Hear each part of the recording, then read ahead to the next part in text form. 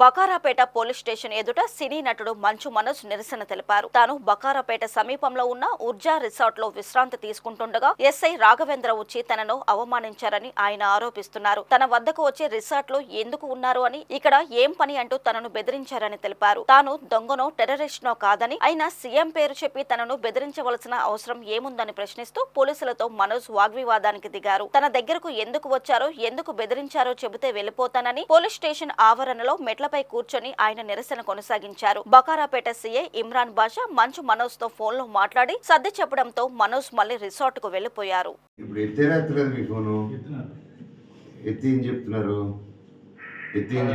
మీరు ఇప్పుడే ఎత్తలేదని చెప్తున్నారు మీ ఫోన్.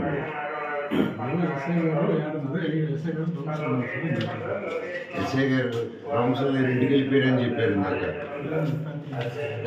మీకు హెల్ప్గా సార్ హెల్ప్ కోసం అడిగి తీసుకొచ్చాడు అంతే. మీ పేపర్ మీ పెన్నే సార్.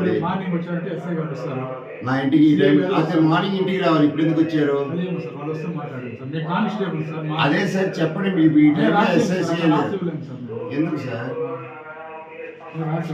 మీరు సార్ మీరు గవర్నమెంట్ సార్ మీరు గవర్నమెంట్ సార్. మిమ్మల్ని నమ్ముకొని మేము ఫ్యామిలీతో ఉన్నాం సార్. మిమ్మల్ని అడిగేది దాన్ని నన్ను ఏం చేయమంటారు? పోలీస్ ఆఫీసర్ మాట్లాడేలా మాట్లాడుతున్నారు మీరు. ఫ్యామిలీతో మిమ్మల్ని నమ్ముకొని అంటే మమ్మల్ని ఏం చేయమంటారు అంటారా? సార్ మీరు హెడ్ సార్, మీకు ఆ బ్యాచ్ ఉంది సార్. మేమంటే ఎవరు అంటే మీ ఎస్ఐని కూడా కలుపుకుంటున్నారు మీరు? నేను అని చెప్పండి.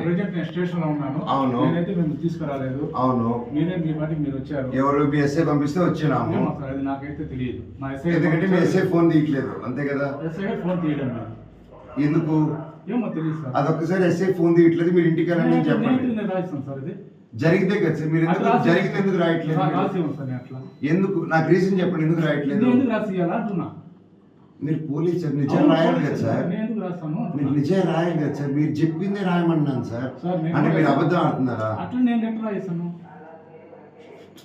మీరు చేయండి, మీకు ఫోన్ ఉంది కదా, మీ దగ్గర కూడా ఫోన్ ఉంది.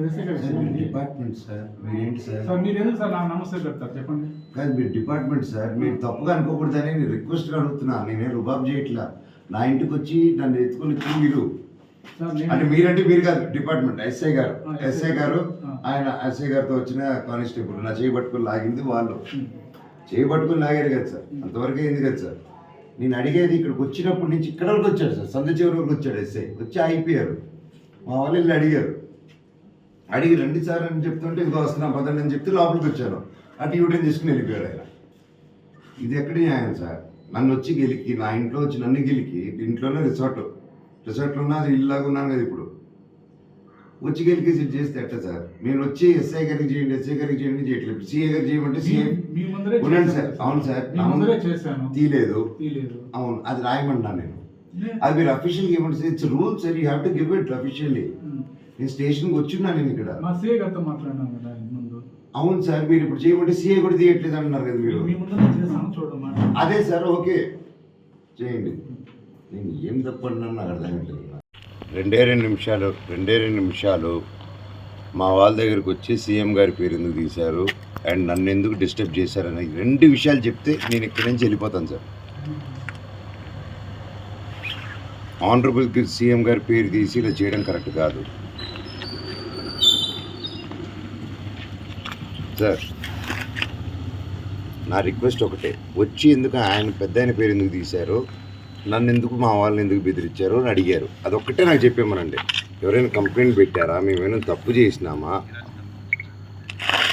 అది ఎందుకు వచ్చారు? ఇన్ని సంవత్సరాలు లేదు, నేను 93 నుంచి ఉన్నాను తిరుపతిలో. నేను పుట్టి పెరిగింది ఇక్కడ. మళ్ళీ 93 నుంచి క్యాంపస్ పెట్టినాము.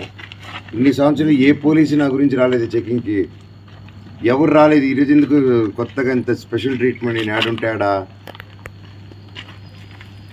నేను ఎప్పుడైనా ట్రబుల్ చేసినానా? 10 మంది నవ్వులు ఇవ్వడం తప్ప ఇంకేమైనా చేసినానా మీకు?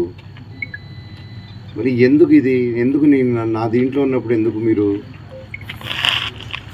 నాకు వచ్చి నాకు జస్ట్ స్టేషన్లో అఫీషియల్గా ఒక మాట చెప్తే వెళ్ళిపోతాను సార్ నేను.